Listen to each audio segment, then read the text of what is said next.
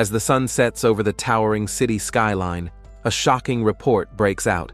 Celebrity Song Fei has been found dead in Dajiang Square.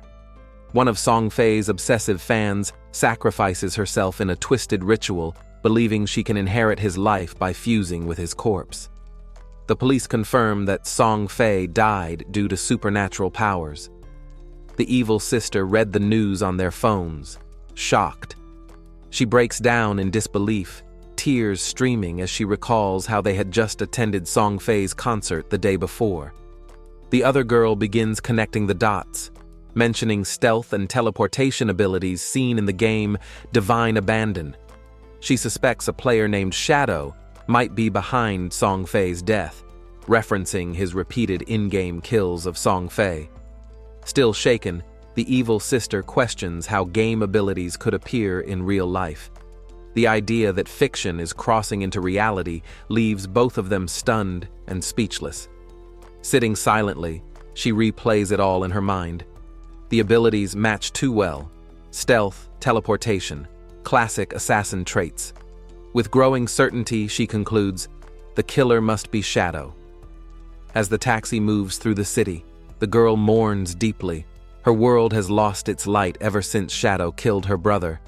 But the pain soon transforms into determination. She resolves to get close to Shadow, no matter what it takes. Her goal is clear.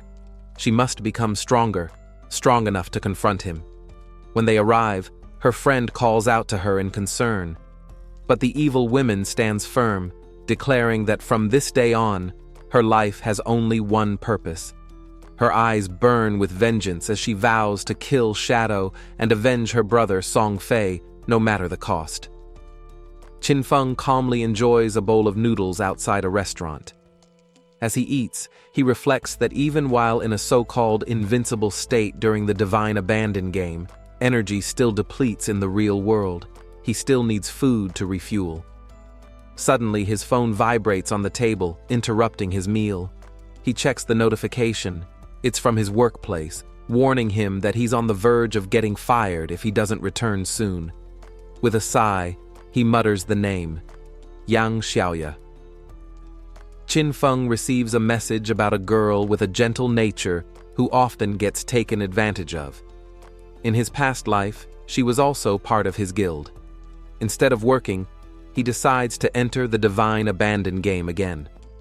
A conversation in the game chat reveals that many players are running out of lifespan quickly. Qin Feng is advised to boost agility at the start, and when asked how much time he has left, he responds that nearly all of it has already been used up. Hu Pangzi gets scolded by his boss, Qian Shishi, the daughter of a powerful corporation's chairman. She has a notorious history of targeting men, even causing scandals with foreign businessmen, and now has her sights set on Qin Feng. In the game's previous cycle, Qian Shishi didn't just act arrogantly.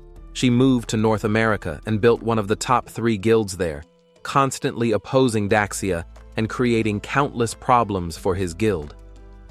Qin Feng narrows his eyes, realizing that if he wants to stop Qian Shishi from founding a major enemy guild in North America, he must act before she leaves the country. If she dies, the Elysians Guild might never form. He recalls rumors that many top contributors to the Elysian Guild were romantically tied to her. Removing her would sever those connections and collapse the guild's foundation. Suddenly, his phone buzzes. The caller is Xiao Yu. Qin Feng answers casually, surprised to be contacted. Xiao Yu, on the other end, mocks him for not being dead in the game.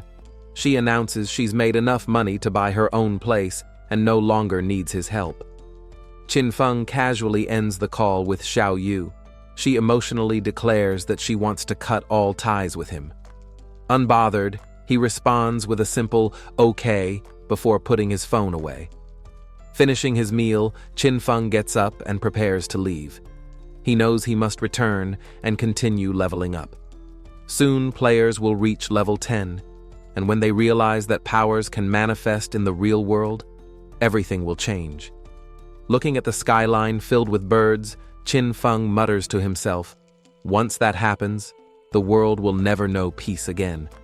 While walking through a European-style town, Xiao Yu's friend questions whether cutting ties with her brother was too harsh.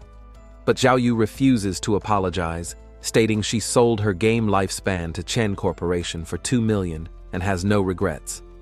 Proud of her decision, Xiao Yu boasts she even bought a house for herself and her mother. She's confident that once she meets Shadow, her brother will become irrelevant.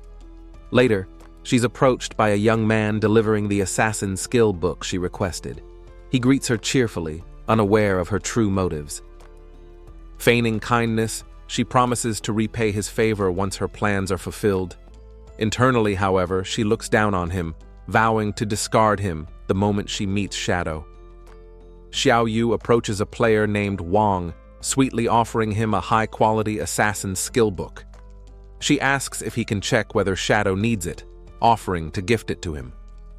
Smirking to herself, Xiao Yu thinks this skill book might be the perfect excuse to get close to Shadow. She calls it the red thread that will tie them together. In the woods, Xiao Yu fantasizes about being Shadow's silent support, healing him, killing enemies for him, and helping him level up. She plans to become indispensable. She imagines a future where Shadow gradually trusts her, even sees her as his other half. But when she becomes strong enough and he's no longer useful, she plans to abandon him just like she did to everyone else. Consumed by vengeance, Xiao Yu stabs a target while screaming that she'll personally kill Shadow and gouge out his eyes, vowing to avenge her beloved Song Fei.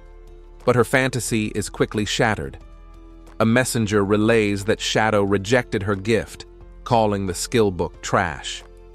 In the desolate wilderness, Shadow was engaged in battle, surrounded by rising blue energy. Suddenly, someone shouts a warning, "Watch out!" Shadow hides behind a rock and quickly assesses the danger. This is no ordinary boss. He mutters that surviving comes first. Suddenly, a red creature charges at Wang Meng. He shouts in panic, urging his teammates to run. He braces himself behind a shield, but the beast's overwhelming number of blades surrounds him, leaving no escape. A brutal strike crashes down. The ground explodes with force as debris scatters. Hiding behind a rock, Shadow narrows his eyes. This isn't just any monster. It's a level 8 golden tier boss with powerful enhancements. He recalls the data. This boss has 2 levels of anti-stealth attributes. That means its true strength is far greater than it appears. He realizes something crucial. The monster can completely negate stealth abilities. As the monstrous boss charges forward with glowing eyes and deadly blades, Shadow acknowledges the danger. His usual tricks won't work here.